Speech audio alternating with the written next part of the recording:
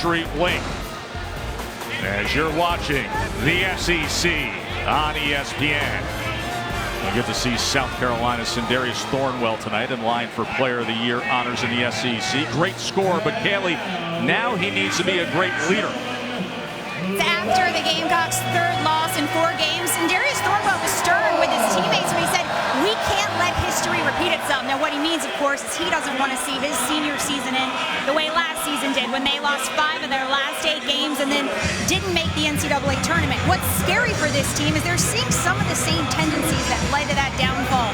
When guys are getting tired late in games, they're losing games that they shouldn't. What's different is that these guys all want to play for the player who carried them here. You know what I'm hoping is different? The offensive start to this game. The first meeting, Sean, neither team scored until nearly 6 minutes into the game. If that happens again tonight, don't expect me to be breaking down a whole lot here in the first 5 minutes.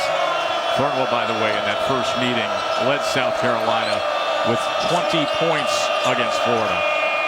Sindarius Thornwell has been so outstanding, and we'll talk about him all night long. To me, he engraved the trophy. He already deserves it.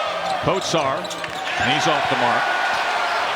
Frank Martin tried to light a fire under him today at the shoot-around. Here's Allen, and he gets the night started. Kayvon Allen. A beautiful job shooting that trail 3 in transition. Inside to Kotsar again. Came up short, and Florida's on the run. Allen, as he draws the foul, wasting no time being aggressive. But what a great start for Florida in these first 2 possessions. I think one of the big keys is you've got to score in transition. Look at this, a quick throw out.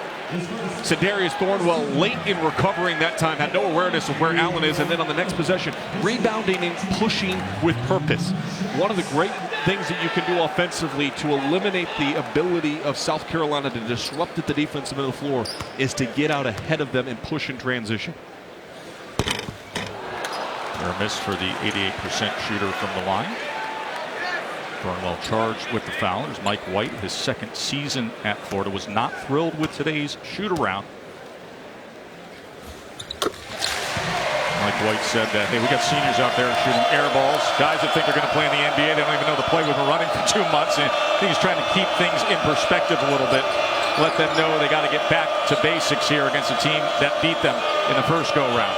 But look how much space they're giving Silva. They're clogging up the lane. A nice job defensively, understanding the scouting report.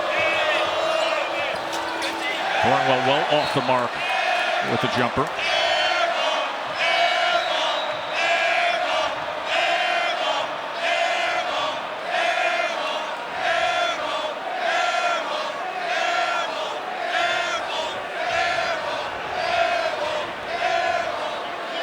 And looking at the clock just to make sure that it is right.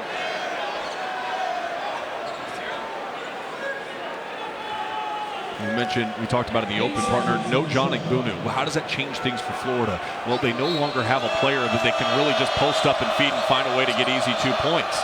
So the offense becomes a little bit more predicated upon their guards. Here's Silva, and he was denied that time by Robinson.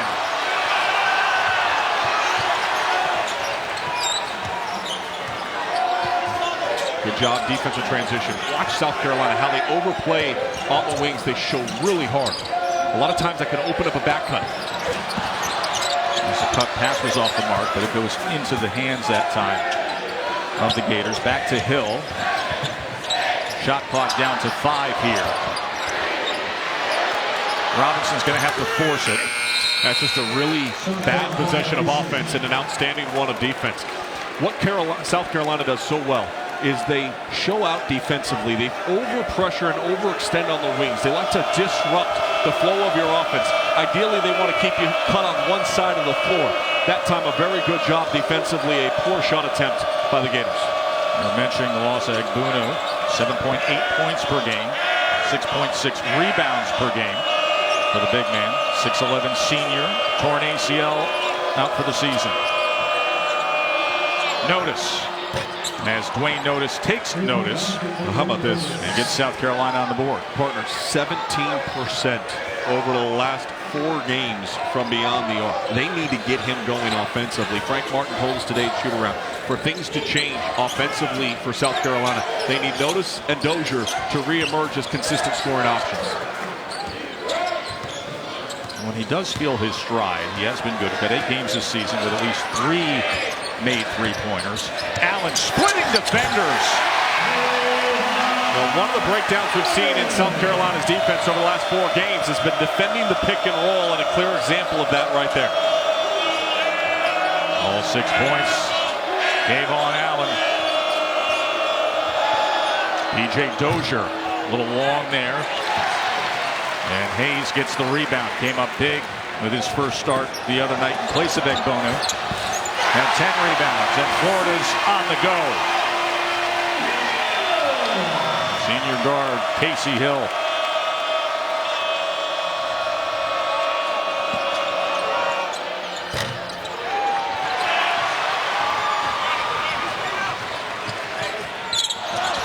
That time denied by Thornwell, chasing it down.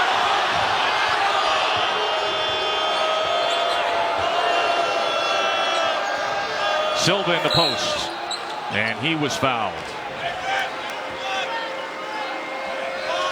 Had an interesting visit with Frank Martin and is trying to take hold of this situation here with South Carolina. Says, hey, we got to make shots. You have to score. Can't put too much pressure on our defense. They really struggled down the stretch at Vandy on Saturday. But does he love this group? I mean, he talks about this group in such a positive fashion to you and I, saying from the start of the season to now, this group has been as committed as any group that he's had. They've been focused. They've been attentive in practice. Said the last 2 practices they had prior to arrival is probably the best practices they've had all season long.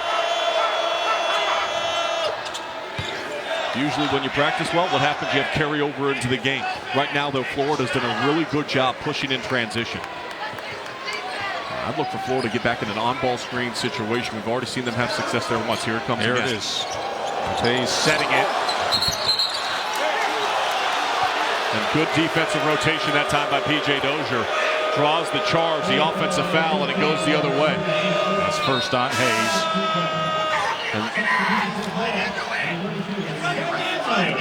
And there is John Egbono. Suffered that ACL last Tuesday in the win at Auburn. And here's the thing, though, and this is where everything changes. So Hayes is a very good shot blocker. Does a lot of things well for this team. Rebounds the ball offensively. Anything you get really is a bonus for him. But he's athletic and he's quick. Now they go to the depth, and Rimmer is out there on the floor. A very different level of defensive player and different kind of big. He is not as nearly athletic as what Egbono offered, and then going to Hayes. Dozier couldn't get it to go in the lane. Rimmer is the transfer from Stanford, 6'10", 250-pounder. Long rebound out into the hands of Dozier as he glides through the lane and gets it to go. And P.J. Dozier is so good at surveying the defense, and if you're going to continue to give up real estate and back up, he's going to continue to attack and finish at the rim. Hill loses control of it. Up ahead trying to get to Silva. And he will head to the line again. So Allen with 6 early, Florida a 1-point lead here in Gainesville. ESPN's exclusive presentation of college basketball is presented by CenturyLink, your link to what's next.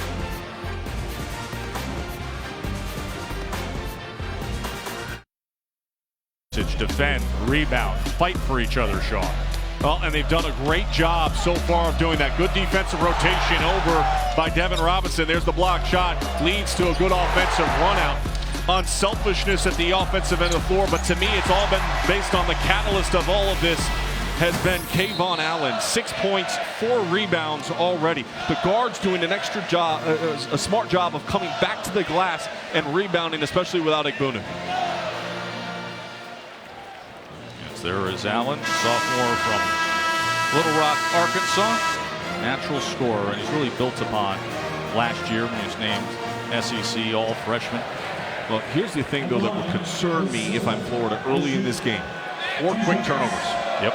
And now in league play, South Carolina opponents are averaging about 19 turnovers per game. And they're able to initiate and create offense so often off of that. And already 5 of these 7 points have come off of turnovers for South Carolina. 2 South Carolina steals leading the way. Kaylee? Well, that number of turnovers circled on Mike White's stat sheet, as this was something that these guys focused on all through the week at practice, cutting down on turnovers because they had 16 on Nice Saturday. back cut there. And then stepping in to clean it up was Skylar Rimmer. Well, Kelly, that was a great point. Florida with 16 turnovers. You cannot turn the ball over. And here's a steal by Hill. And he'll put it down.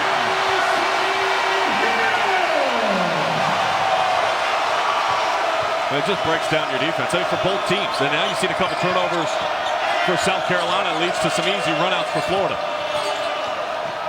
Notice bounce pass to Silva and a good job down on the baseline by Chris Silva.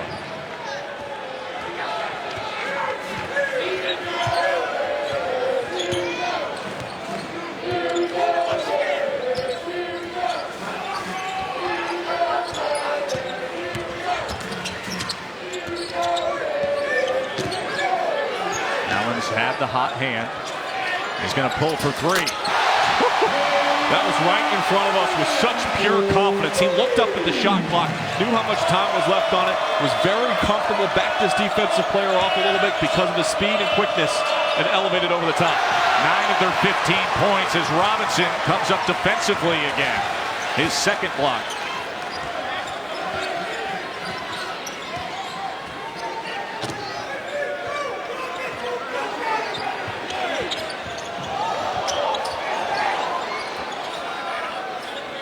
See how the ball's been stuck on this side of the floor, though, this entire possession. Shot clock down to 5. Robinson steps to the right and puts it in. And Robinson playing really well right now. A couple block shots, a nice job creating separation in space. That's a travel call that time on Silva. So you start with defense, and this is what the staple is for Florida. And what you're going to see is Casey Hill fight all the way across over the top here to get the screen and the steal and lead to the easy offense at the other end. And to me, that is what Florida is at its best, is when its defense is flowing. And then confidence-wise, Kayvon Allen has come out, and he's been ready to go from the very start at both ends of the floor. And then Devin Robinson, a nice job for him to get that little separation, step back jump shot, largest lead of the game for the Florida Gators. You see the work that Hill and Allen have been able to do. Chris Chiozza in the game. 9-2 Florida run.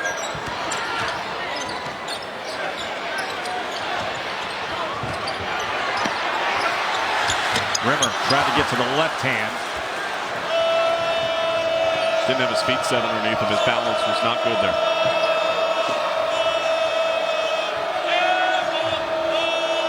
"15-footer back rim from Kotsar, and tracking it down was Chiozza. He turns on the speed, and they will reset things with Allen, who pulls again. And this will be South Carolina ball as P.J. Dozier set to check back in. Just continually impressed by the guards of Florida and their ability to come back in and rebound the ball at the defensive end of the floor. Chiozza just checks into the game and grabs a rebound right away. And there's Canyon Barry checking into the game. We mentioned his ankle. A little ginger, not practiced the last couple of days. And they need him offensively. He has been such a spark and such an addition this year.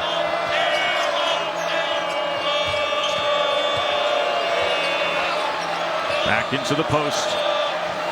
And this time off the glass, Kotsar able to score.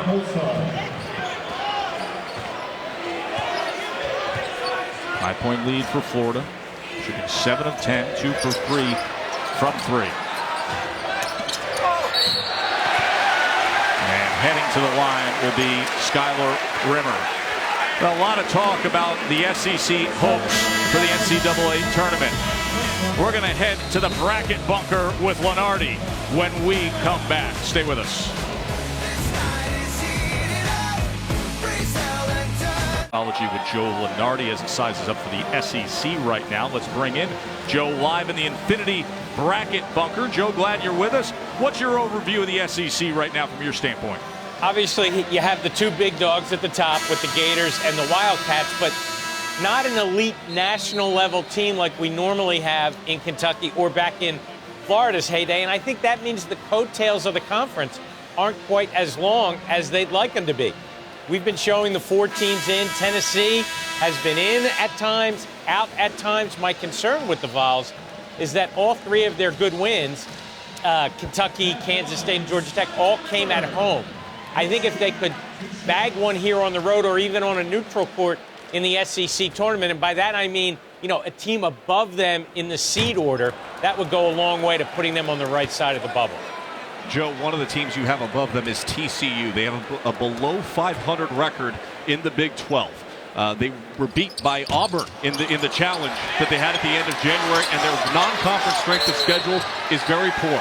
Why are they above a team like Tennessee? Well, you look at the whole body of work, and in the Big 12, you get more opportunities to post big wins against top 50 opponents than you do in the SEC. Now, if it were up to me, I would require all teams to be tournament eligible, meaning they have to get to 500 in their league, including their conference tournament games. I think that would really enhance the end of the regular season as well as the early rounds of those multi-bid leagues in their conference tournaments. But last time I checked, fellas, I don't have a vote. All right, you mentioned, by the way, 6 teams in the SEC right now, top 50 as far as RPI goes. Vanderbilt, one of those teams. You see any path for Vanderbilt, especially with their non-conference strength of schedule, to help them get in? It's decent, but every time I go to move a Vandy or an Ole Miss or an Alabama, they give you a reason to scratch your head maybe by losing a game they shouldn't, and you look up and they're, 13-12 or 14-13, and you go, that's just not a strong enough record overall, given the relative weakness of the SEC compared to the other Power 5 conferences. And Joe, in terms of the 2 teams in front of us here, what is the room for error for each of these teams, South Carolina and Florida? Well, let's go in reverse order. Florida's situation is a little bit different now with the injury, and we'll see what they sustain as a level of play going forward. I don't think it's realistic to expect them to beat Kentucky by 20 a second time with a shorter bench. South Carolina, on the other hand, dropped the seed line after the loss to Arkansas. That was bad for the Gamecocks, but actually very good for the conference because it helped solidify the Razorbacks' position. I think Florida is ultimately going to be probably a 4 at the end of the day because I think Kentucky will be able to take advantage of the situation and win the conference tournament and be a 3 or maybe a 2. All right, let's talk about the 1 and 2 lines. So we spent so much time talking about the bubble. I feel like we forget about the fact that there are elite teams in college basketball, and they're trying to play their way up to the 1 and 2 line. Who not right now on your top seed line has the possibility to move from like a 3 or a 4 seed right now and play their way to a 1? Do you see anybody that has that capabilities as far as schedule that's ahead and opportunity? That's a pretty big jump, but there's a team out there, and I know a lot of our viewers don't think of them very often, but it's Duke. Because now that Mike Krzyzewski is back, they're on a roll again. And how will the committee evaluate the Blue Devils? Will they kind of time stop it for when Coach K got back on the bench and they go on this winning streak? I mean, if they beat North Carolina here in the rematch, it could be a 1 seed. I mean, the ACC is going to have a 1 seed, guys, in my view.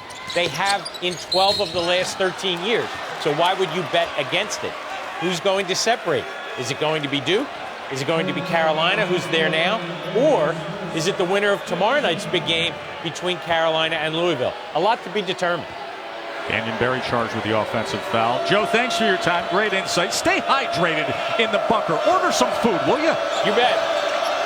Joe Lunardi in the Infinity Bracket Bunker mentions Duke. Duke, of course, 5-0 since Coach K has returned. Shot fake notice from the corner. Tess, I'll tell you this. You look at the SEC, all right, and the narrative of the SEC, and Joe Lunardi just said, it's not as strong as other conferences. And I would say that the middle portion of the SEC is as improved as any conference in the country, and that's why I brought up 6 SEC teams are currently in the top 50. 11 SEC schools ranked in the top 100 as far as RPI goes, and all 14 teams have played top 100 strength of schedule. That means they played more games against top 25 opponents. Now, the problem is they were 4-17 in those games in the non-conference against top 25 teams. But the conference, to me, showed extremely well in January in the SEC Big 12 Challenge, where they went 5-5, and one of those wins, by the way, was not Kentucky. Kentucky lost that day to Kansas. I think this conference is maybe underrated. I think there's other conferences that are been overvalued a little bit this year in college basketball. I thought your point on TCU was so sound. Well, I mean, look, TCU loses to an Auburn team. They're sub 500 in conference play, and their non-conference schedule is weak. Yet we reward them because we think that the Big 12 is very strong. How about Keith Stone flying in and bring up SEC bashing or national perception around that guy on the left of your screen, Frank Martin, and you will get an earful. It drives him absolutely crazy. Makes the point of league playing the hardest non-conference schedule, playing the most top 25 teams in non-conference play of any of the Power 5 conferences in the country. Chiozza picked up his first.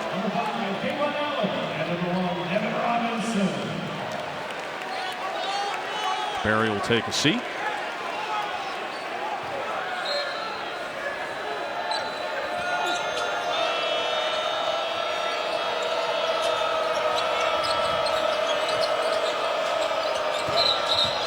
Steps that time as Notice trying to get going. Yeah, good show though on the coming off the screen that Hayes was standing right in front of him. A little hesitation, a little stumble on the feet, and the travel.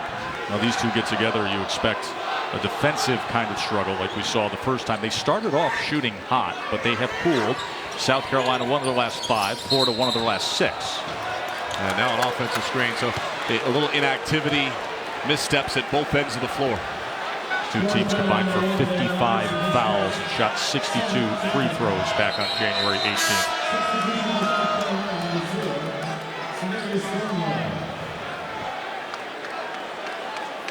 Sindarius Thornwell, what a season he has had. Go back to that Alabama game, really struggled from the field. Look at this part, 33 free throws. Do you know how hard you have to play to get to the free throw line 33 times? That line he had against Bama was just ridiculous. You and I were doing a Kentucky game that night. We went back to the bar restaurant area. I mean, all eyes, everybody on their phones talking about what he was lighting up that night before overtime game.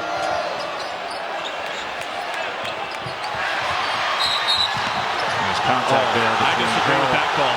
And Mackey sold it pretty good, didn't he? Mackey sold that extremely well. Casey Hill gets a steal. Mackey runs right into him. And that call goes against Casey Hill. And watch this as he goes out. Yeah, his arm goes out a little bit, but, you know, I mean. That's their eighth turnover. Florida's 8th turnover, 4 off fouls.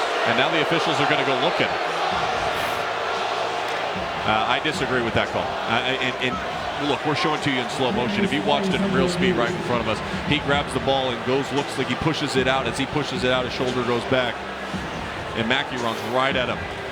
Again, this is in slow motion, so what you're seeing is a hand that is, he runs into his hand. The hand is already extended when he meets it. Correct. The hand didn't extend and hit him. I think that's to me, that's a play on and just let him go. Or if anything, who initiated the contact and ran into him? It's not like Casey Hill searched for him and dove into him. That was a running into Casey Hill.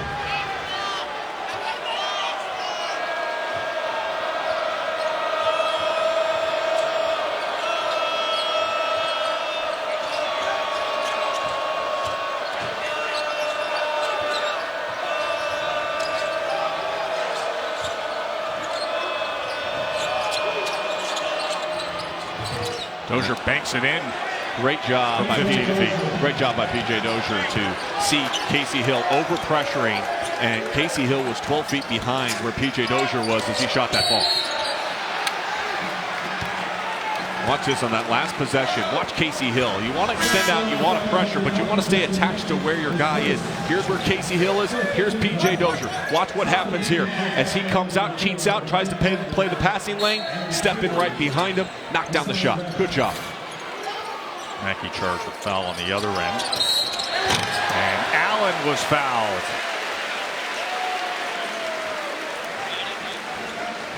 College basketball action continues tomorrow night. We've got an ACC doubleheader. Duke and Syracuse will get the night start at 7 o'clock from the Carrier Dome. Then at 9, Louisville and North Carolina. It's a Sonic blockbuster doubleheader on ESPN. What a doubleheader that is of ACC action. Outstanding matchup, and of course, that Louisville, North Carolina one has the sizzle and pop of both teams being in the top 10, and North Carolina 7-0 at home in ACC play, and a lot of that has to do with their ability to rebound the basketball. #1 in the country. Speaking of which, Sindarius Thornwell, 2 personal fouls on that three-point shot. He'll be going to the bench. Allen's second is good. So Thornwell picks up 2 here. And Silva checks in, and Thornwell will take a seat. This is such a great time of year. You know, you're looking at this game and the importance for both of these teams. Florida trying to maintain its position due to the tiebreaker head-to-head matchup heading to that game against Kentucky this week. It's South Carolina trying to change the tide here a little bit from where they've been recently. How about Allen with 12 points early on here? He has been the lifeline of their offense.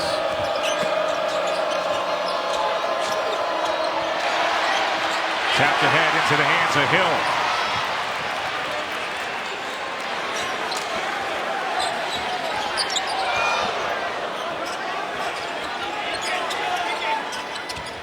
Robinson, long ball, well off the mark. That was not close. And steps that time as the big man, Keita, tried to handle it. 6-point lead for Florida, led by Kayvon Allen's 12.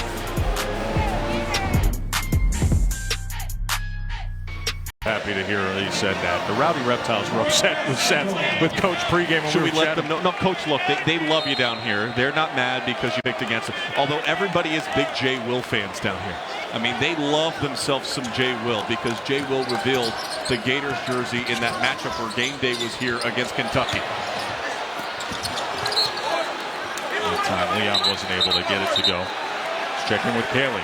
Well, guys, through this 8-game win streak that Florida's been riding, 6 different guys have led the Gators in scoring through that period. I'll give you a guess. Who on this team was not one of those 6? Well, Kaylee, inquiring minds want to know. You're supposed to guess, Sean. Sean. Kayvon Allen? And you'd be right by that. Oh. The leading scorer, you could say he's due tonight as he paces his team with 12 points. I didn't want to blow the answer. I did. That's the whole point, Sean. Okay, it's a trivia question just for you. I thought it was for America. I thought you'd care more about the masses of America, Kaylee. Justin Leon with his first basket of the night. You didn't answer. Did you think I was supposed to answer that? Absolutely. Okay. I just thought I was laying out, letting her spill her knowledge. Dozier was probing and D-Rob was denying. Robinson's third block. Well, his rotations have been really crisp at the defensive end of the floor. And when Seth Greenberg says, hey, this team has the capability to run deep into the NCAA tournament, it's because of their defense. It's because so much of what they do comes from this end of the floor. Their rotations, their ability to stay connected at the defensive floor is very elite. Another turnover. 5 turnovers in their last 6 trips. Through the lane, but unable to finish was Hill. And into the hands of Keita. Felder. Silva trying to fight for it underneath. And it'll be Florida ball. Now there's that Wednesday doubleheader in the ACC. Should be a good one. Duke and Syracuse and Louisville and North Carolina. It's just a great week of college basketball. The 2 games on the right-hand side. The game that you're watching right now later on this week on Saturday, UCLA at Arizona. Arizona stopped UCLA inside Pauley Pavilion. Going to be a big game in the desert. Hill's going to head to the line. And this is where Casey Hill has just always been so strong at, is getting downhill. He is at his best when he has a seam or a lane and can just attack you and put you on your heels and get to the free throw line. Foul charge to Keita.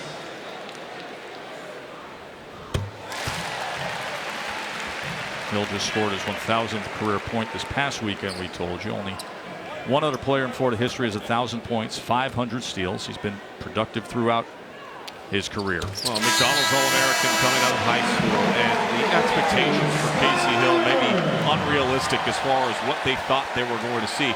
Limited as far as a shooter goes. A lot of teams just back off. He has improved his ability and his confidence in trying to shoot the ball, but he is at his best without question, driving and finishing at the rim and then disrupting at the defensive end. And on that defensive end, he came in tonight 5 steals away from landing in Florida's top 5 all-time for steals.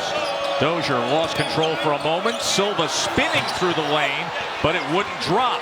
Tapped around and into the hands of Notice. Skips it over to Dozier. Here's Silva again, and it is, as he just cleared the way. This becomes a problem for South Carolina. Their ability to score the basketball when Sindarius Thornwell is on the bench. And players trying to do too much. That's all Silva was doing right there. There was no need for him to have to initiate that contact. Dipping his shoulder into Robinson. Just go straight up over the top. Use a shot fake too. We've already seen Robinson get a couple of blocks. Get a shot fake, get him up in the air. Nice work from Casey Hill. He has 8. A run by the Florida Gators. They are up by 12, and they're looking good.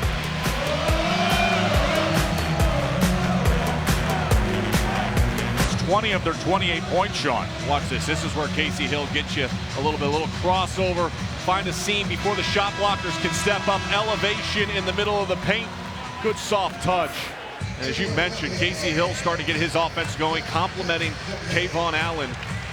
And the Florida Gators open up a 12-point lead over South Carolina. And remember, Sindarius Thornwell, 2 fouls. He's now back in the game. Frank Martin knows his team will struggle offensively if Sindarius Thornwell isn't out on the court.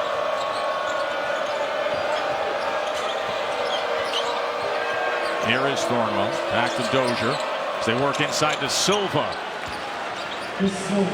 No help side on that back line. A good pin and seal by Silva. Good target hand, a nice pass from the wing over the top.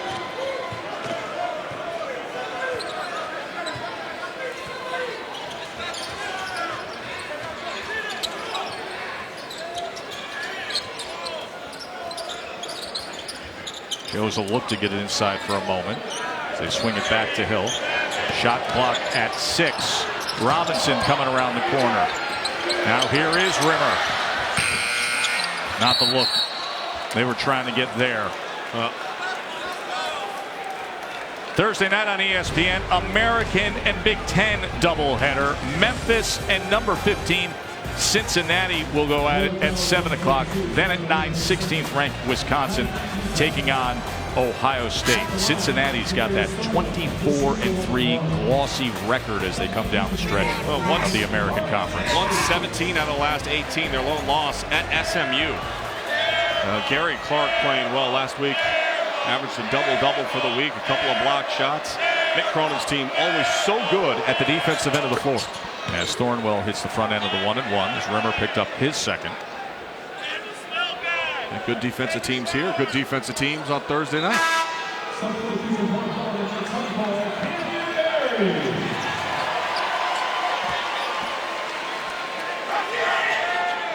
Look at all the numbers. And we talked about the guards and what they're doing. And Kenyon Berry, for Florida gets that next level, they're going to need him to continue to be the offensive spark plug that he has been off the bench. He's shooting the ball very well earlier today at shoot-around.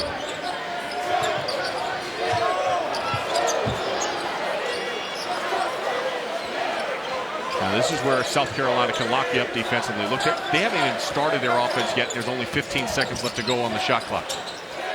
The defensive numbers for much of the year have been superb. Leon front rims that. Thornwell the rebound. You see the way they collapse to the paint, extended back out to contest the shot. Notice puts it through.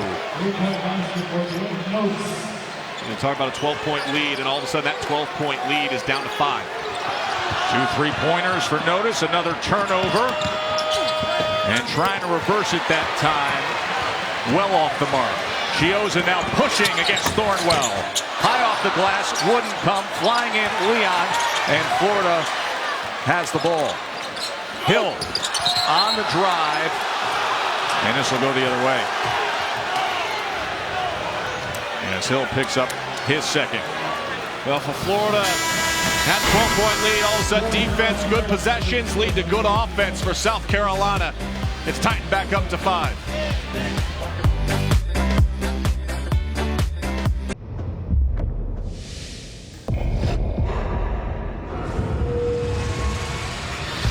Will Cinderella live for one more night? This is it. 8 seconds to go. At the buzzer. He's got it! Oh my goodness! These guys won't give up.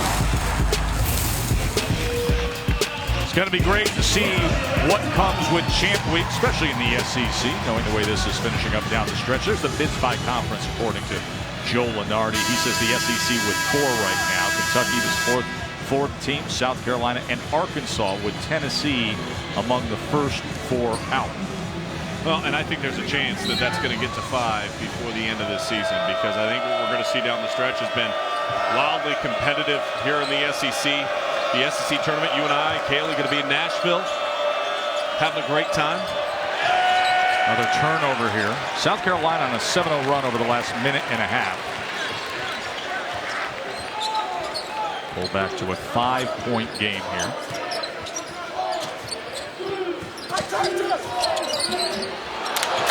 Sloppy that time by Hayes. Kaylee? Turnovers, as you guys could imagine, still a point of contention for Mike White. In that last huddle, he was really fixated on the 1 assist to 10 turnovers that the Florida Gators had. He gave them a lesson in the importance of playing under control, gave them some examples of plays where they were out of control, and some fundamentals on how to stay in control. That's the game's 20th turnover, Sean. It's been very sloppy, and you credit the defense. Both these defenses are very disruptive, which is why we've had some turnovers, but Casey Hill's got to improve. I know he's not on the game right now, but how about this, partner? For the last 3 games, he's had 15 turnovers. He already has 4 here in the first half of this game. For Thornwell, that was his first field goal moments ago, and here's another one, and on the spin, Dozier couldn't connect.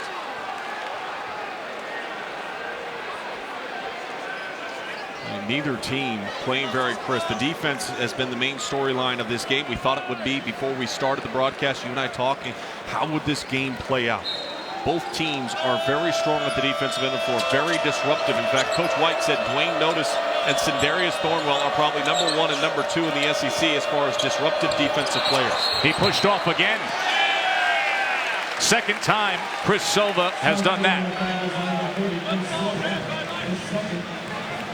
Now, Silva's been a scoring option for them, and I think one of the keys is knowing the interior presence isn't necessarily as strong and as deep for Florida. They're playing through Silva, but what Silva's doing is playing for fouls, and because he's trying to get fouls, he's actually fouling himself by initiating that contact. Going a little too far with it. Kind of like me and my impersonation of you at times? Yeah, that's far embellished. That is far embellished. Brilliant. I'll give you credit, brother. Here's Notice crossing over, and yes, he will head to the line and the basket. Scoring in transition, such a premium in this game. Early it was Florida looking at easy looks. Defensively, a poor shot attempt. Sindarius Thornwell throws it ahead. Dwayne Notice playing strong. He's got great shoulders and upper body strength and experience. He can absorb contact and still finish. As Chiozza picks up his second, and Notice able to finish off the conventional 3-point. Florida averages 11.9 turnovers a game, 12 already. It's a 12-0 run for South Carolina. And a tie game here at 28. The key to this game is trying to eliminate the number of scoring droughts and the length of scoring droughts that you have. I mentioned that you go back to that Alabama game. South Carolina finished their half on an 0 for 17 shooting drought at home against Alabama. Very good defensive team. Florida at times has struggled to score. Right now they're in one of those droughts. They've got to find a way out of it. Earning the trip to the free throw line is a great place to start, but they've got to start making shots. Speaking of 0 for 17, the first time these two played, Florida was held without a three-pointer for the first time in 850 games. They were 0 of 17 shooting threes against South Carolina. Not that the Gamecocks were lighting it up. They shot overall just 29%.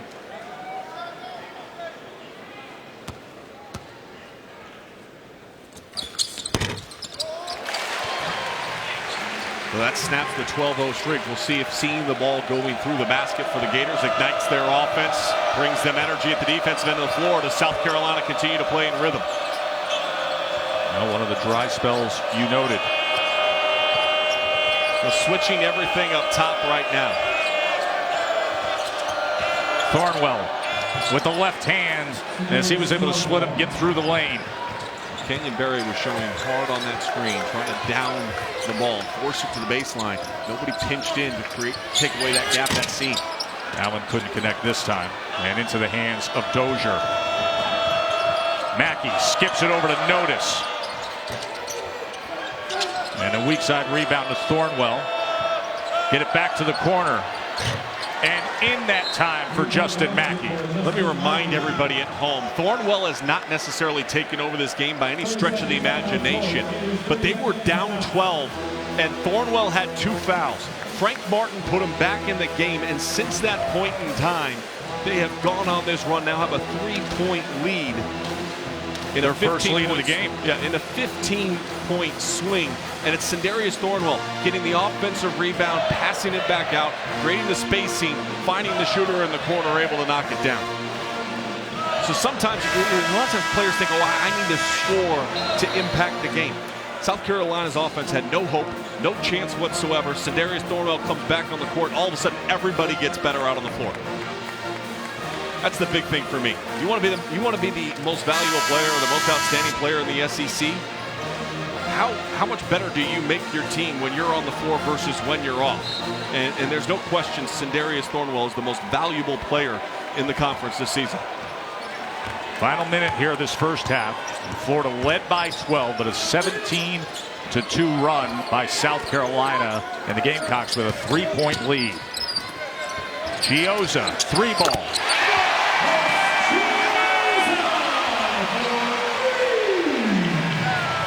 Great floor spacing, ball movement that time for the Gators. And just what they needed. Tied up here.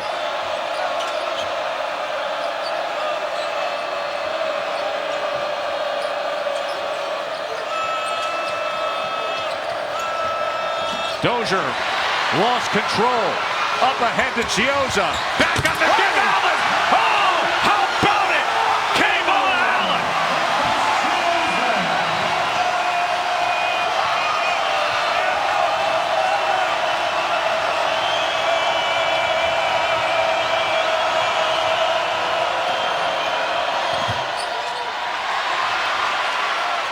What a way to end the first half. Looking for a spark, looking to try to steal back momentum. Kevon Allen, defense to offense, quick hands leads to the steal, unselfish pass, and a strong finish at the iron. High energy, Kevon Allen. Kaylee. Coach, you were down by 12. How do you explain how you all fought your way back in? We got a good team. I got a great group of guys. We've been great for the last 5-6 days. You know, unfortunate, we're up 3 and we have a major defensive breakdown. Give them credit, they made a shot. Sindarius Thornwell went to the bench with 2 fouls. How do you describe what he did when he got back in there? Yeah, I mean, you know, he knows how to play with fouls, so I can put him back in there. He's an intelligent player. We went zone to protect him a little bit, and it actually helped us. Thank you, Coach. Yep. Florida only had 3 assists in that first half, but the last one was something special, wasn't it, Farnham? It was so good. Defense has been the calling card all season long for the Gators. It's defense that leads to offense here and gives them the lead at the break. Allen with 14. 35-33 coming up. Stay tuned for Carl Ravitch, Seth Greenberg, Jay Williams, and the Alfa Romeo halftime report after these messages.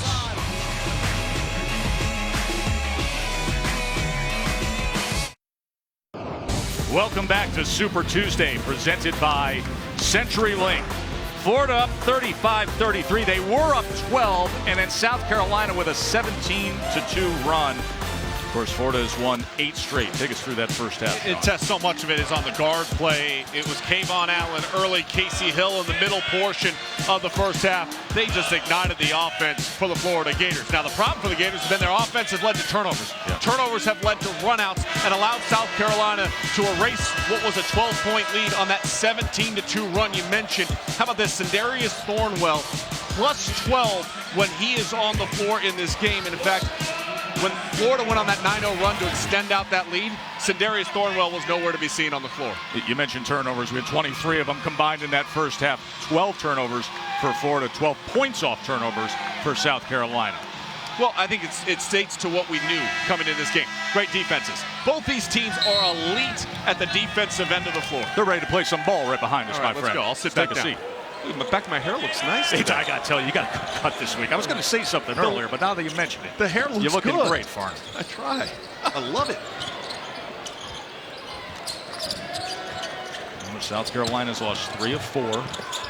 Looking for a different finish down the stretch of this season compared to last season. And Thornwell will get things started here in the second half of the Gamecocks. First 17 minutes of the game, Thornwell had 4 points, all of them coming on free throws. The last 3 minutes of the first half, he had 4 points on 2 made field goals. Starts the second half with an easy look at the iron. D-Rob. 3-ball. Devin Robinson. 5 points for him. The team that values the ball and has the least number of turnovers here in the second half is going to win this game. I thought you made a real good point in that first half. You watch these teams go at it the first go-round, and then for spurts that first half. The team who avoids the offensive dry spell. Florida hit one when they got up 12. South Carolina had one earlier. Coach Sarr is going to give it back out to Dozier. High arcing 3 won't go, and Allen goes up and gets the rebound. His 5th rebound of the game.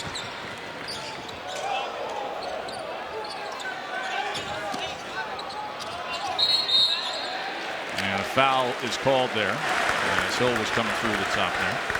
And that'll be Thornwell's 3rd. Kelly? We can't beat him playing like this. Mike White told me those 12 turnovers, of course, antagonizing him. Most disturbing to him, though, the 4 by his senior point guard, Casey Hill. But he said, hey, all credit to South Carolina. They've sped us up. We have got to play in control. As for that 17-2 run that South Carolina pulled off towards the end of that first half, he said it was all of our transition defense. He said that zone press really got to him and changed the complexion of this game. And a lot of that came off of turnovers, Kaylee. I mean, they just didn't value the ball. So, yeah, defensively they were disruptive. But what happened because of their ability and activity at the defensive end of the floor is it was runouts going to the other end of the floor because they were careless with the basketball. You know, Kayvon Allen and the season he has had, averaging just over 13 points per game. He had his worst game of the season against South Carolina, had only 1 point in 18 minutes and had 4 fouls in the first meeting. A much better output so far tonight. No, that first meeting was, as we told you, an offensive struggle. 57-53. South Carolina win back on January 18th. A little bit of flow to things here tonight in Gainesville. On the drive, wouldn't go. Long rebound tapped out. Casey Hill. Allen's going to leave it, and Hayes lost it. Up ahead, Notice, as he's able to jump stop and finish. Just so strong with his upper body, he looked like he was going to be off balance, but able to square his shoulders and finish. Good pass. Again, defense leading to offense. Sindarius Thornwell being a facilitator.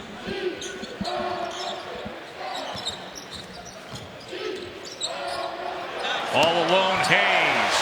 That is a beautiful pass up over the top of the defense by Casey Hill.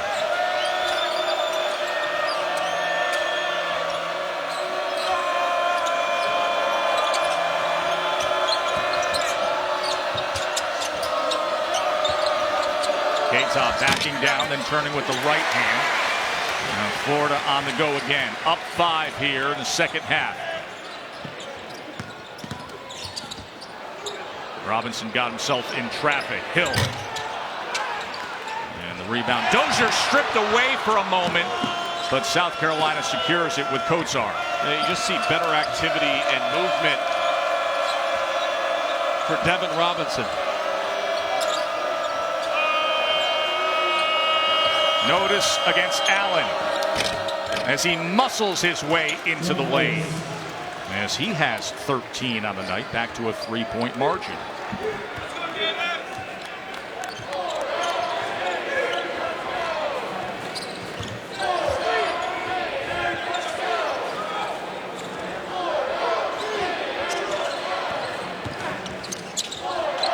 Another look inside to Hayes. You got to find a way to score and get points inside. And that's how Hayes is going to score. Set screens, relocate to open areas, catch the ball, and be able to finish with 2. He has to step up with Egbunu out for the remainder of the season with the torn ACL. He did that the other night when he was in the starting lineup. Had 9 points, 10 rebounds, 4 blocks. And a couple scores here early to help Florida maintain this lead in the second half.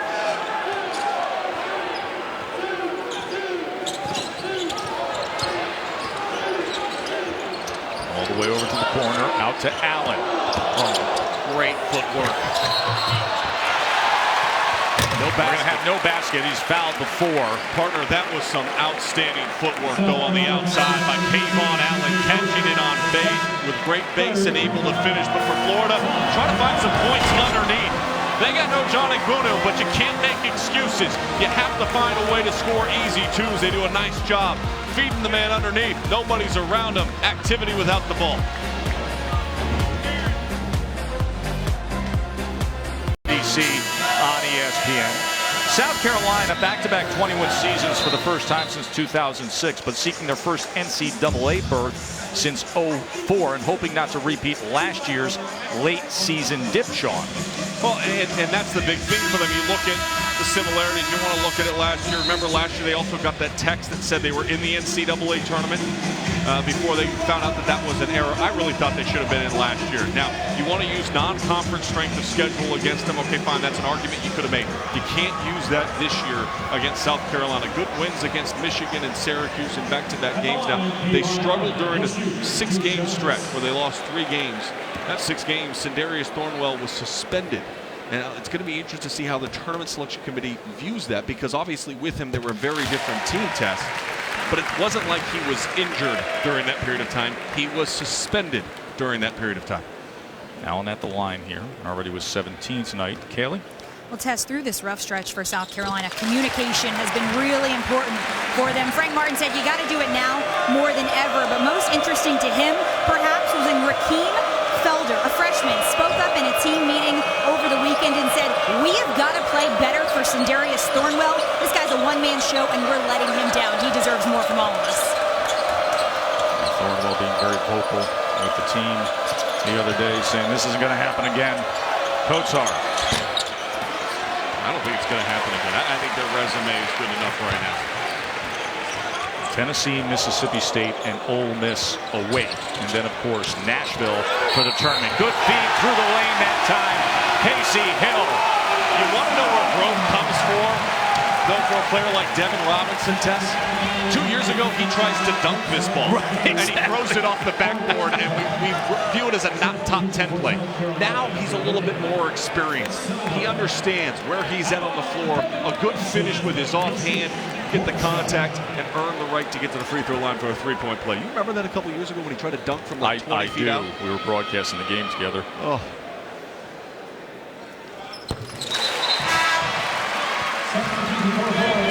This is Devin Robinson, a much more mature player than he has been in the first couple of seasons here. Really bought in. I asked him specifically, I said, what's the difference between the first 2 years and where you're at now? And he says, you know what, I don't care about anything I do. All I care about is winning. I want to help our team win. And he's really bought in. And a clear example of that was actually last game out. Didn't make a shot from the field. Oh, it's one of the oddest box scores you'll ever see, that line that Devin Robinson had. Didn't make a shot, partner, but grabbed 10 rebounds. He still helped his team. He found a way to be valued. Earlier in his career, he'd have no value if he wasn't shooting the ball well. Another turnover. And that was off the heel of Thornwell. Thursday night on ESPN, the American Conference Big Ten doubleheader. We'll check in at 7 o'clock first with Memphis and 15th-ranked Cincinnati. Then at 9, Big Ten action with Wisconsin and Ohio State. Wisconsin coming off the win against Maryland this weekend. How about the anticipation? Thornwell. Good job there. Anticipating out of bounds play underneath and read that pass beautifully. It essentially became an outlet pass for Thornwell. He's got 12 tonight, averages over 21, averages over 22 in SEC action, playing with 3 fouls.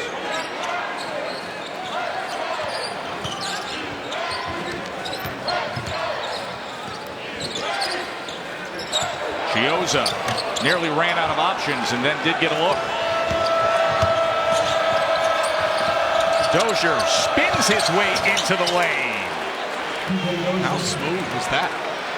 They just came in, spun off the defensive player, had his little floater, nice touch over the top.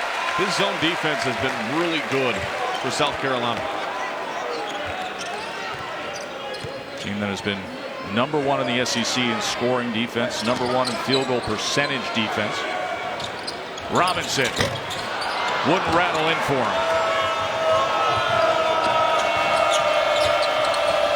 Silva in the paint, and he will head to the line.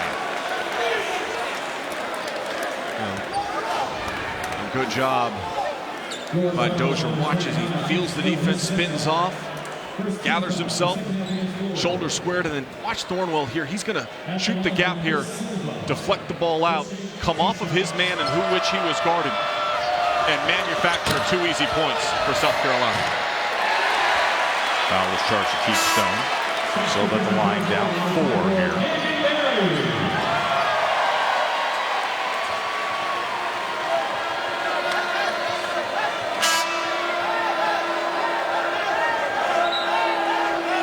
First team foul in the second half for Florida. Silva's been a big part of an improving offense at times for South Carolina. When he scores, good things usually happen for the team. And off a 14-point game against Vanderbilt. And partner, he's played really well. I mean, tonight, outside of those fouls where he's initiated the contract, trying to do a little bit too much, he's gathered himself, he's played within himself. They need that for South Carolina, and in particular in matchups like this where you know you have an advantage down low underneath.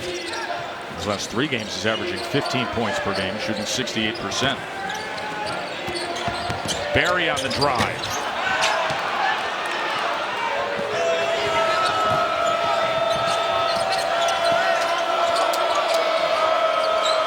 Back into Silva as they denied it.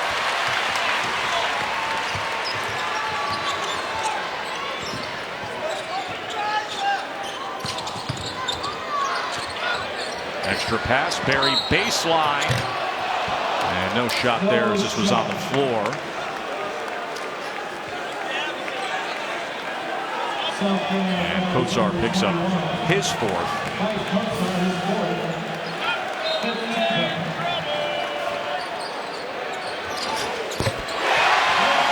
And the big night continues. 21 points for Allen. That was too easy on the out of bounds underneath. Just simple throw right over the top. Nobody's there to contest.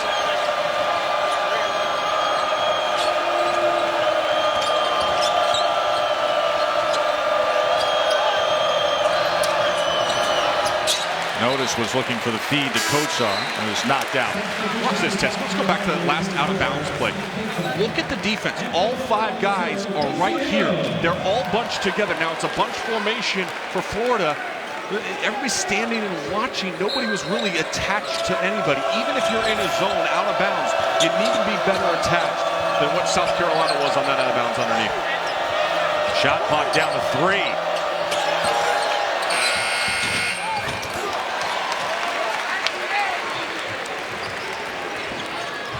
And for Allen, his 9th 20-plus point game this year. Chiozza gets it over to D-Rob. And he puts it through. He has 11, and Florida extends the lead.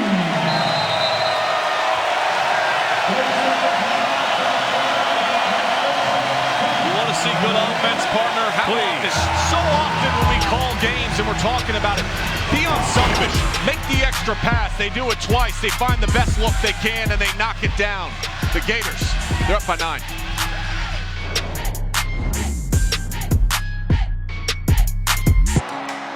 Ten combined national championships, 4 Hall of Fame coaches, 2 games, 1 night.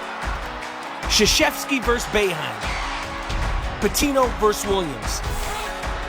This is going to be a blockbuster. 'Cause we gonna blow your mind.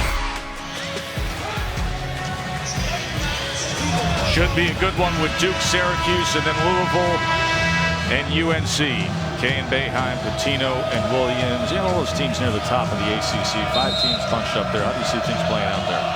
Well, and I look at it too, and those games for Syracuse, this is a golden opportunity. They've lost 3 in a row. They're trying to play their way into the NCAA tournament as Sindarius Thornwell gets fouled.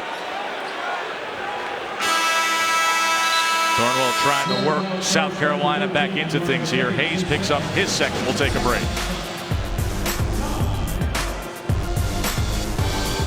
To you by PlayStation View. And where do better decisions come from? It's being unselfish, sharing the basketball. First half, only 3 assists on 12 made field goals so far here in the second half. 6 assists on 6 made field goals. When you're sharing the basketball, giving in to your teammates, your offensive efficiency rises. 55% shooting so far here in the second half for the Florida Gators. 9-point lead for Florida. Allen has 21, Robinson 11. Casey Hill has 8 for the Gators. They have won 8 straight. So Darius Thornwell at the line for the Gamecocks.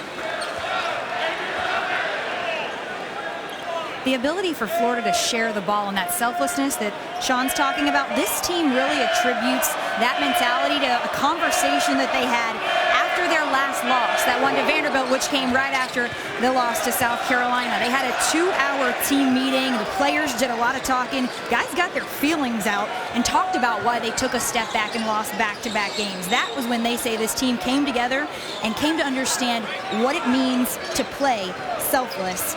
Put all your feelings aside and do whatever it takes to win. Point of emphasis from Frank Martin when we visited with him today, as Robinson was fouled that time. And that'll be 4 on Silva.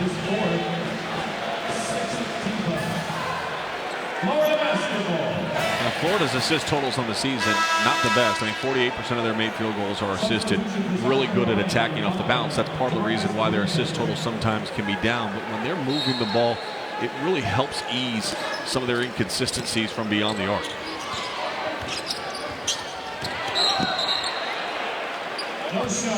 And Chiozza, this will be 1-1. I was here for the 3 on Dozier. I was here for the game where Chiozza had the triple-double against Missouri. Tess, do you realize it's the first triple-double we've had in college basketball off the bench since 2008? How about that? First triple-double for Florida in 8 years. He went for 12 points, 12 rebounds, 10 assists against Mizzou. And he's been a consistent offensive weapon the last 4 games. Came back against Kentucky, had 9 rebounds and 9 assists, was the SEC Player of the Week to start February then.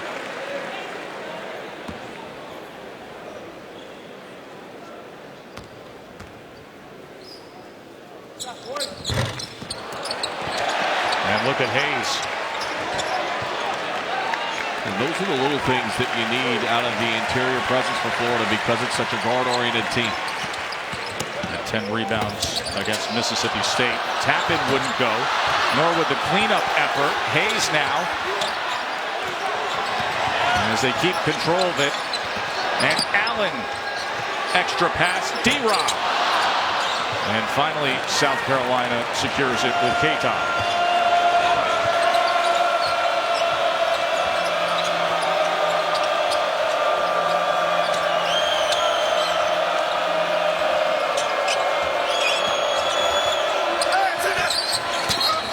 I think he may have gotten a piece of that effort from Dozier. And it's going to be a foul on Devin Robinson. Trying to box out underneath. His second. A little bit push and shove. This is the area again. Remember, We saw this in the first half. Florida had itself a 9-point lead. 12, they actually blew it up to 12 at one point in time. Everything was comfortable, and South Carolina came back on them. We'll see if here in the second half, Florida has the maturity to close this game out at home, or will they give life to the Gamecocks? Rebound by Hayes again.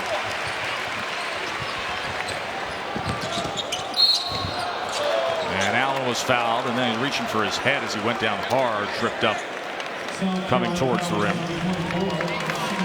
They apply so much pressure, looking to attack and drive. I think he got a little bit kicked in the back of the head inadvertently as he was falling to the floor, but we saw it even on that last possession. Straight line drives, guys attacking the paint, then they were kicking out on that previous possession. Resulted in nothing, but it's a mindset for the Florida Gators and what they want to try to accomplish offensively. He's had a good night at the stripe so far.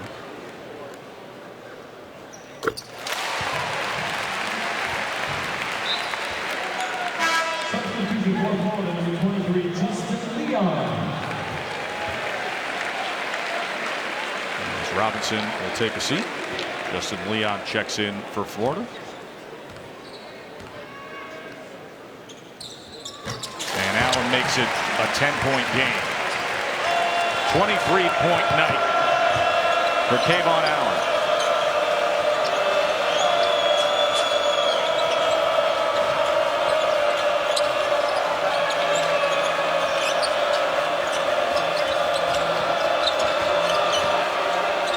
Here's Thornwell now working against Hill.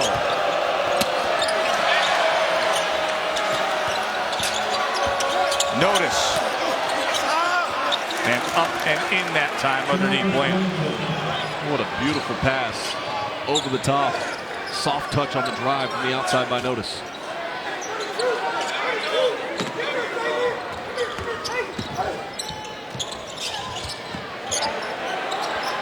From the corner, Leon. 11-point margin here.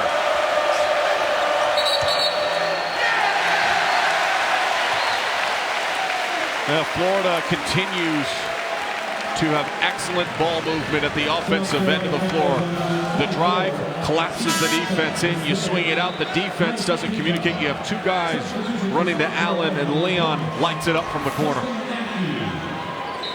That's the way he likes it. Spot up guy. Shoots 41% from three. See South Carolina without a three-point shot made here in this second half. Florida 4 of 7.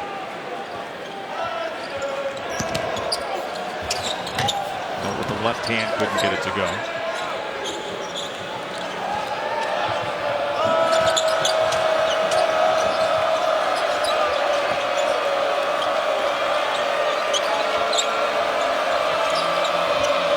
Inside Thornwell, and the foul. How about the hands, the balance, the catch, and the finish?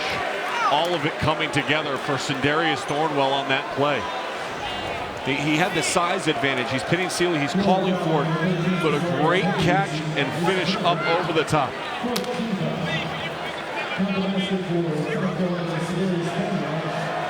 Sindarius Thornwell, such a smart player in the way that he has approached this season and the way that he has played from the start of this year. You know, Frank Martin made the point of saying, hey, this is a guy who deserves SEC Player of the Year. He deserves playing in the NCAA tournament. He knows how much he has given to this program.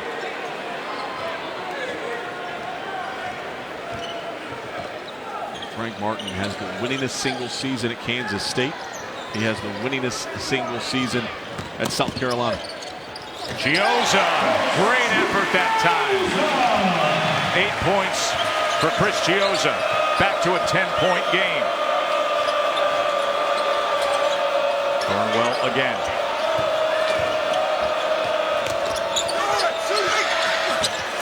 And the pass to Keita and the finish from Sidy Keita. Thornwell could have shot that ball, but he knew his teammate was open. He mishandled it originally, then gathered and finished. Big 6'9" freshman who's got a lot of potential. And how about Justin Leon? Just the way he likes it.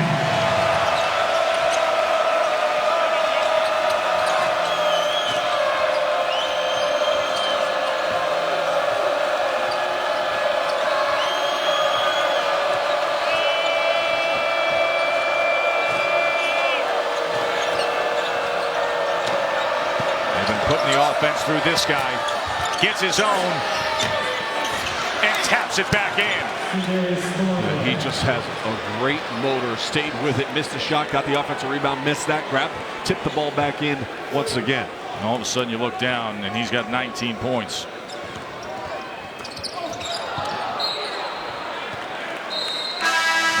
Points, 8 rebounds, 3 steals for Thornwell. They're going to need a lot more of him here. ESPN's exclusive presentation of college basketball is presented by CenturyLink, your link to what's next.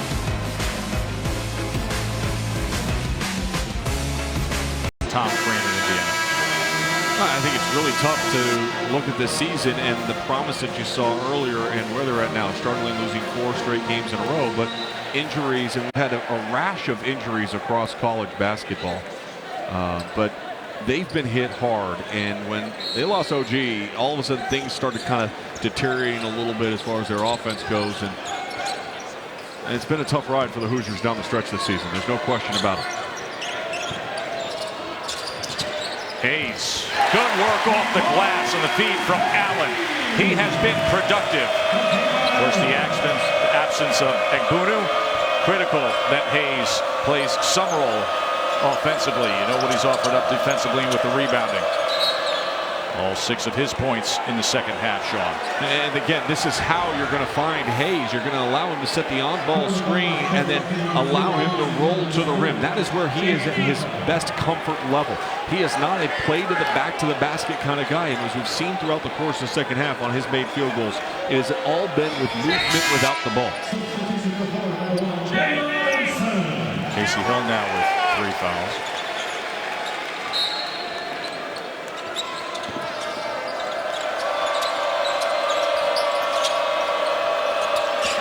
Robinson able to deny the entry. Robinson, a couple of steals, 3 blocked shots, 11 points, 4 rebounds. He's had himself a nice game. Offensive there on Hayes, his 3rd.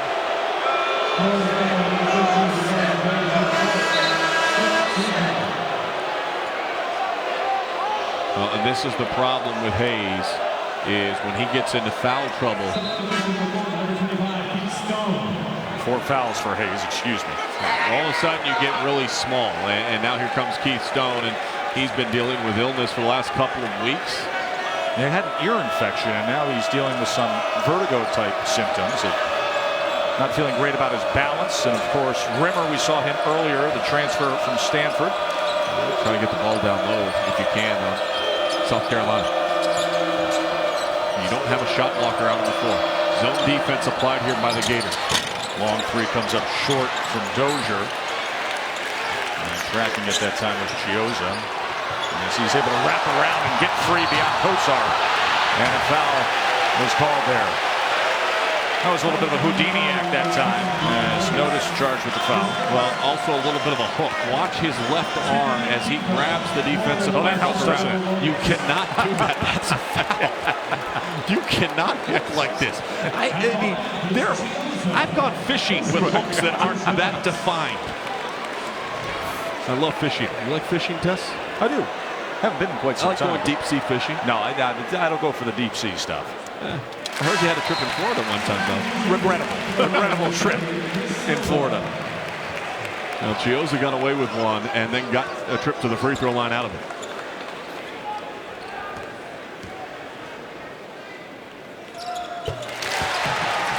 Chiozza double digits tonight for the Gators.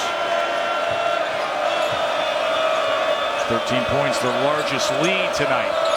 Well, this is the time they made their run. At the end of the first half, they went on a 17-2 spurt. They'll need a similar run right now. Florida was up 12 then. Up 13.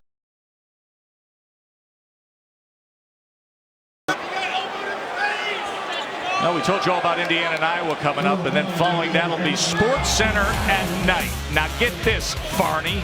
Steve Levy and a special co-host, his boy, Barry Melrose. Levy and Melrose are doing Sports Center at night together.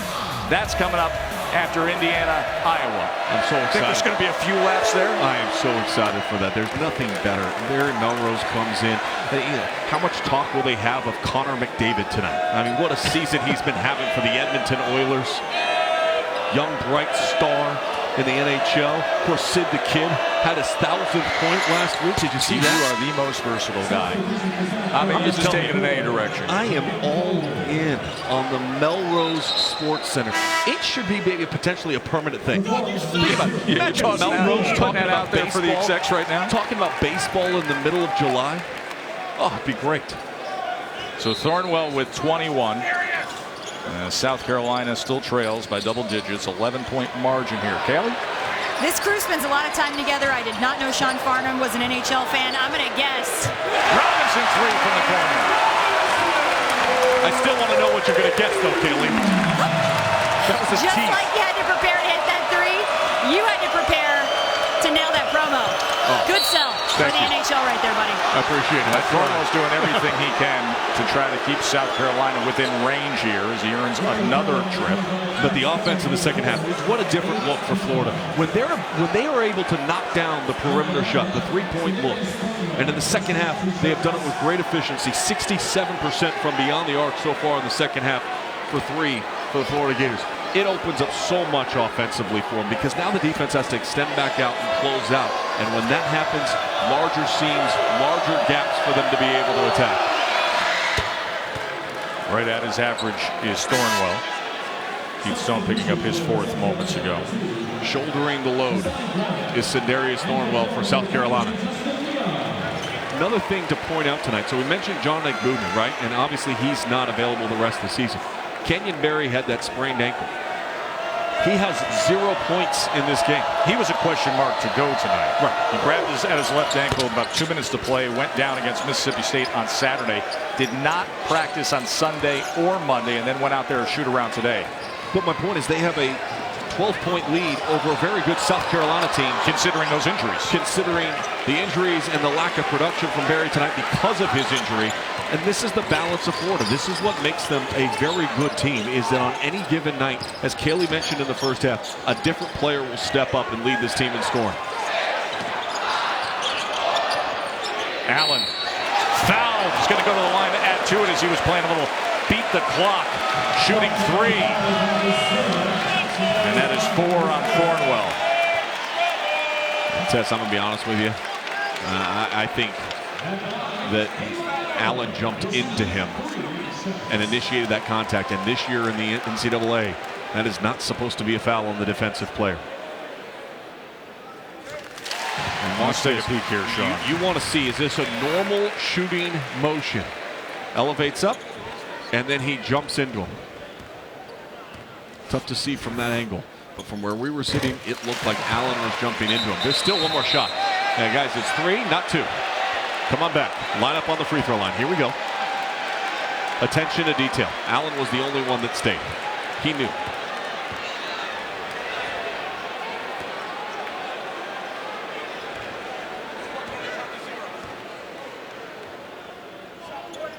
"26 points tonight for Kayvon Allen.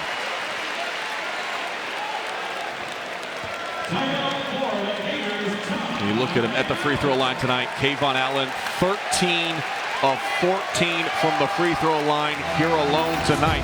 He has done an excellent job all game long, though. This was the big dunk that gave momentum back and the lead back going to the break. But shooting from the outside, feeling in rhythm, 3 of 5 from beyond the arc, 5 of 7 overall. Not to mention the fact that he's been able to get on the board, leads the team with 6 rebounds on the night as well. Kayvon Allen came out of the gate with great emotion and great focus early. Florida's largest lead tonight as they've stretched it to 15. South Carolina's lost 3 of their last 4. Tennessee, Mississippi State, Ole Miss still to come. And then, of course, the happenings in Nashville. Dropped out of the top 25 with what happened last week. And one of the themes we've been talking about tonight is how do you not make for a repeat of last year? Now, you say, hey, the resume's already built up. Got the non-conference, got some wins. But still, momentum down the stretch. They were 5-6 in February and March in the regular season last year. And here they come in having lost 3 of their last 4 and now sitting staring at this scoreboard. Well, and the thing too is if they lose this game tonight, remember Arkansas sitting at 9-5. All right, if Arkansas wins, they go to 10-5. They would actually jump ahead of South Carolina and become the 3 seed heading into Nashville due to the head-to-head competition where Arkansas knocked them off last week at home. Upcoming schedule, home games against Tennessee, Mississippi State, and at Ole Miss. Look, South Carolina's playing well tonight. They're not playing great. But they're playing strong against a very, very good Florida team.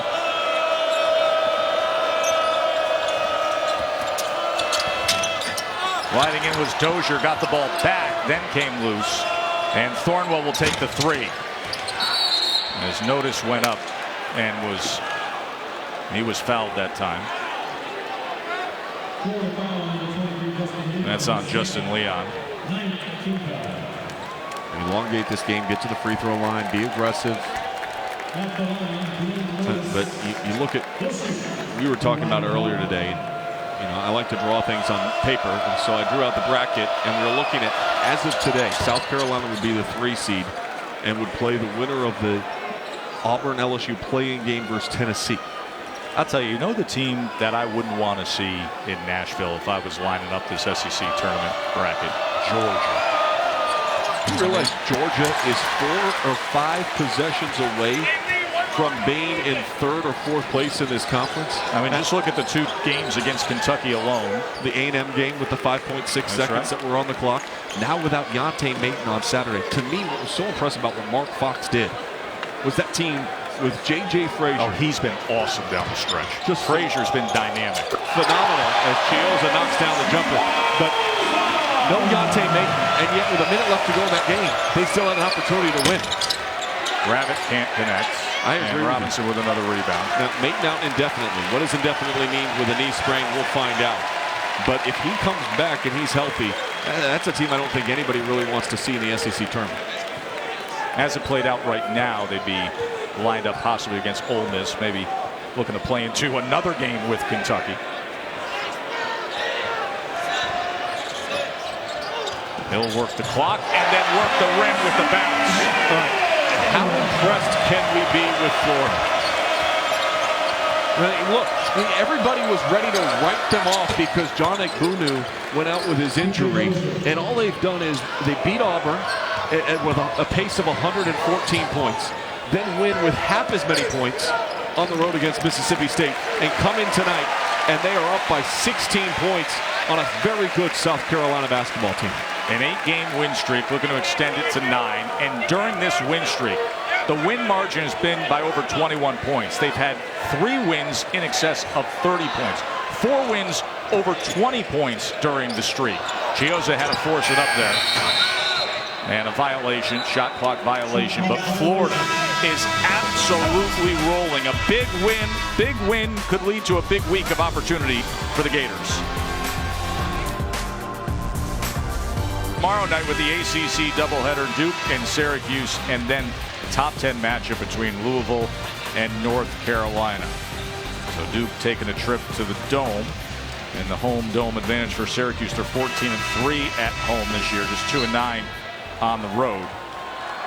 And the Hall of Fame coaches all in action tomorrow night on that ACC doubleheader. Notice fouls, and he'll get to the line. Coach K, Boeheim, Pitino, and Williams, they've combined for more national titles than the rest of the active Division I coaches combined. 10-7 would be that mark. We've had all 4 of them Hall of Fame coaches. Tremendous careers for all of them. And look, tomorrow night, you've got that Duke-Syracuse game, and you think about this. You can put an asterisk next to it. I'll just say this. Jim Boeheim has handed out more than 1,000 career losses. All right? And 1,000 career wins. Obviously, some of those have been vacated. But 101 to be exact, vacated by the NCAA. But 2 coaches that over the course of their career have both handed opponents over 1,000 losses. That's tremendous. And when that recognized by the masses 1,000 win came through for Boeheim recently, Coach K gave him a call. Congratulations. You know what? What I love about Florida has been their discipline and attention to detail coming out of the half. Allen lost control. As we look at a held ball here, and they'll be going with South Carolina. And just a really focused effort in the second half. Only 3 turnovers. They had 12 in the first half, 15 now in the game. They really settled down there and took control of things. Well, that would be their 4th turnover on that one. But I mean, still, you cut down your turnovers from 12 to 4 in the second 20 minutes, and you see the efficiency numbers go up. That's why you have this comfortable lead on your home floor.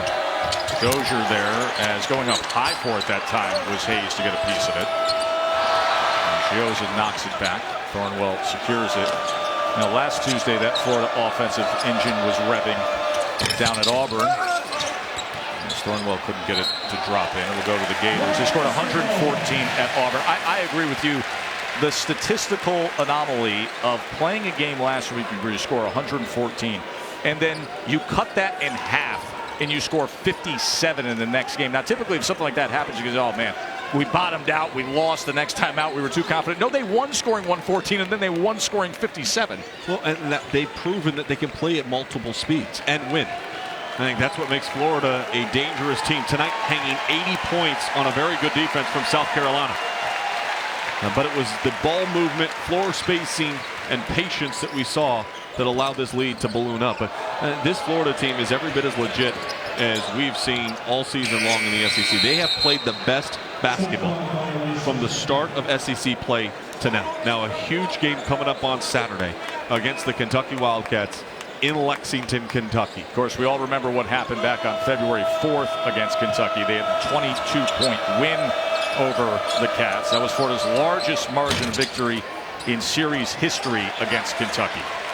If they go in, and if they win Saturday at Rupp, they will be undoubtedly the SEC Conference champions. They will finish out this conference on a high heading into Nashville. This team has so committed to the defensive end of the floor, unselfish at the offensive end of the floor, different guys having big nights, not caring who's getting the credit.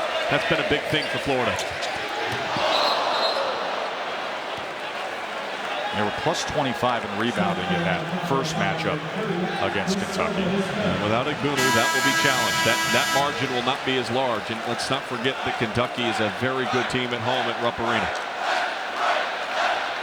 Good game coming up, though, afterwards. An important game for Indiana, Iowa.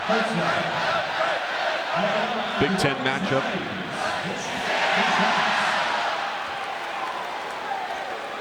Iowa has been able to score a lot of points off of turnovers this season, the most in the Big Ten. Indiana gives up the most. That's going to be key to watching that game that's coming up. Saw the shot of John Igbunu, out for the season with the torn ACL. The guy at the line right now, Kavarius Hayes, has stepped up well. Did so the other night, working hard against Mississippi State. Came up clutch down the stretch. And 7 points and 6 rebounds out of Hayes tonight, on a night when Allen went for 26. Shot clock is off. Should be no more shot attempts. And fitting that the game would have a rebound by Allen. He started so strong on the glass, defensively comes back in. The guards rebounded extremely well for Florida tonight. He had 6, scored 26. Chiozza had 12. Robinson with 14. Hill hit double figures. And Florida, the win streak continues. They extend it to 9. And a trip to Kentucky is up next. Mike White in his second year with Florida. He has got this program humming once again. 81-66. They're going to get that chance to try to sweep the Cats.